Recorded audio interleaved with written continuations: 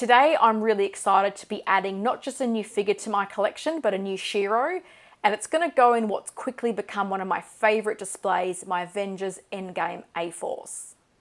That character, it's the Thunder Toys Valkyrie based on her appearance in the Thor Ragnarok movie. She does wear the same outfit in Avengers Endgame, which is why when this figure was announced, I knew I had to have it, and I'm really excited to take a look at it with you. First up, we have a branded shipper box. I think it's really nice that they've used the same geometric shape that appears on the back of Valkyrie's cape on the box.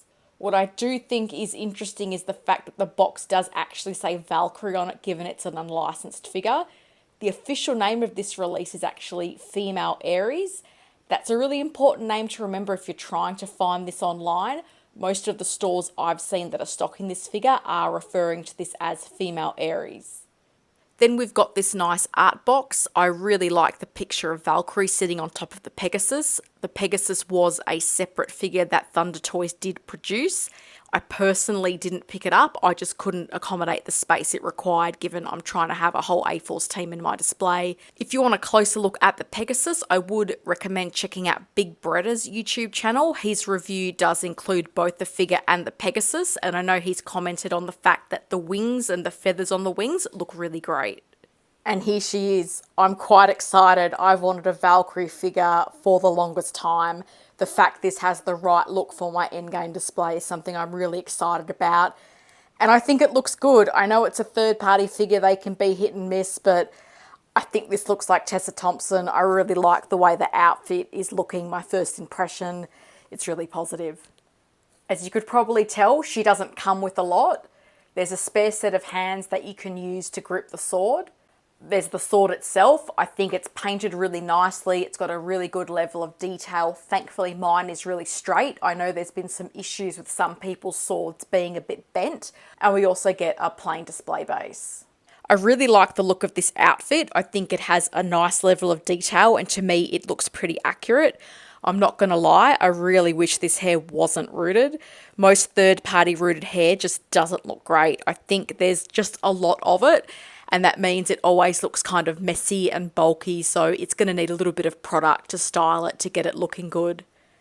I have to say, I do like the cape. It's got the geometric pattern on it as we saw on the box. It also has wires running along both sides and the bottom. I think that's fantastic because you can give it quite a bit of shape to match the pose you're going to go with. So for example, if you were going to have her sitting on top of the Pegasus, you could have the cape looking quite dynamic to mimic flight. I think there's a really nice level of detail with the outfit. It does use that rubbery style material that we're seeing a lot with Hot Toys female figures like Black Widow. There's also the armor plates. I would be careful with some of these, particularly this one at the top, which is just sewn in. If you're not careful, you might risk that coming off.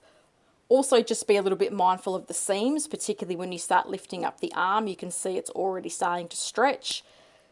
Some of these seams do look a little bit tight, so do be careful when you're posing your figure. The cape is quite a nice thin material with the wires, as I mentioned before. We can see back here the full outfit is very much in that rubbery style. With the boots, they're not a split cut design, but they are quite short, so you can still get quite a bit of movement, which will help with your poses with Valkyrie. Taking a closer look at the head sculpt, and I know there's been some really mixed reviews about it.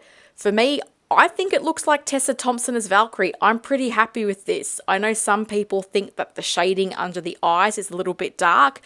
And yeah, it is there. It is a little bit probably more pronounced than it should be, but I don't particularly have a problem with that. I think as a third-party head sculpt, I think this is pretty good. The likeness is there. It looks like Tessa Thompson. My biggest gripe, as I've mentioned a few times, is just this rooted hair and how big it is.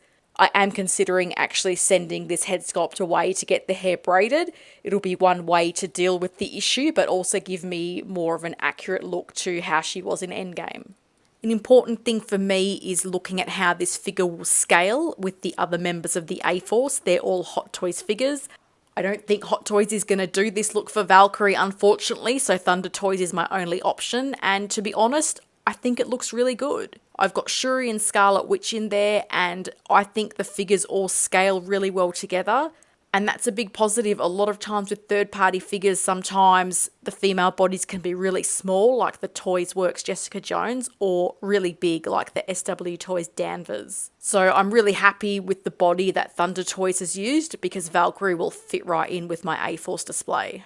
Wrapping up on this video, and first and foremost I have to say I'm so happy that someone has finally made a Valkyrie figure, so thank you Thunder Toys. It's a solid third-party release for the price, but it does have the usual drawback when it comes to third-party rooted hair, which tends to be more miss than hit.